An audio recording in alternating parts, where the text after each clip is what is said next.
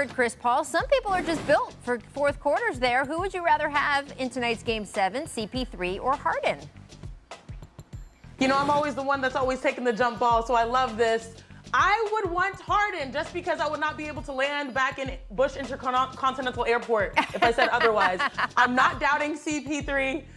We all know Chris Paul is a leader, but James Harden, if he can play his brand of basketball and really take the next step of hearing the narrative, hearing the noise, and delivering to me, that's why I'd take Harden, because I think we all saw what happened with Game 6, and he won't want that to happen again. I think they actually fly to Hobby, though, Chene. But I got to tell you, doesn't. James she's Harden's the one who history.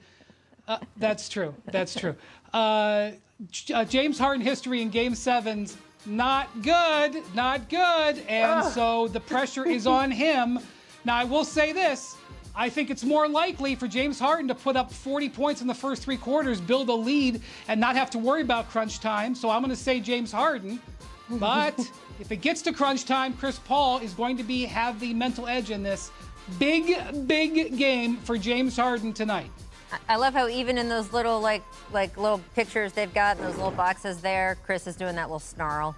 That's Chris Paul in the fourth quarter. Next up, which team do you think has the most trustworthy supporting cast, the Thunder or the Rockets? And Brian, this means basically anyone not named James Harden, Chris Paul, or Russell Westbrook.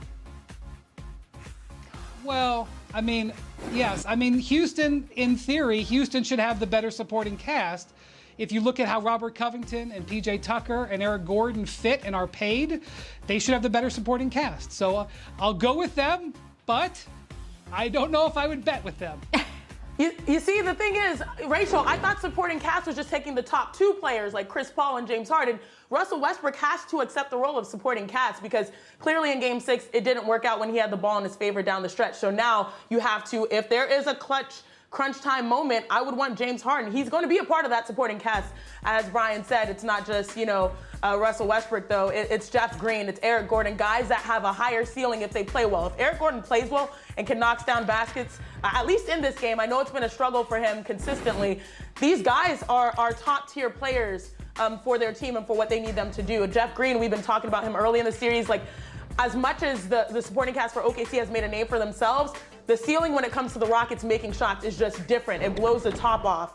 And so, of course, I got to stand by 290 crew. There you go. That's the highway. I'm going to go out on, I guess this is a statistical limb. I think you will see more from James Harden in that fourth quarter today. I do agree with you, Chene. I think he's heard the noise. Okay. So you won't have Russell Westbrook taking those shots at the end. I think we will have Harden taking them. We'll have to see what happens, though, which leads to this question, which is, next up, Brian, who is under more pressure tonight?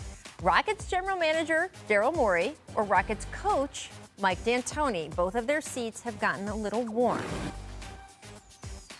I think it's the whole Rockets organization, to be honest with you, but probably Daryl, because he wasn't able to extend D'Antoni before this season started. So D'Antoni is sort of an extension of that situation.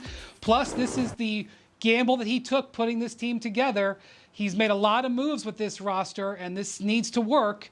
And obviously, not just the midseason trade, but the Westbrook trade, which Harden was a part of. So everybody wearing red and white tonight is feeling that warmth under their seat. And I'd have to agree, just because Coach D'Antoni came in, 2016. Daryl Morey was there about 10 years prior. And you mentioned, the iterations of the Rockets. I go back to having hope when Dwight Howard was on the squad, when Montrezl Harrell was on the squad, when Patrick Beverley was on the squad. And so, yeah, all these different iterations, and I think it's funny, Max Kellerman said it, it's not small ball, it's micro ball. Mm-hmm. Like, they've leaned all the way they could into this, and now we've seen all different versions of it. And now it's like, where are the results of all these experiments? So I think the pressure is on the GM just in this instance, because where do we go with the talent, a once-a-generational talent, an offensive talent in James Harden? What do we have to show for it?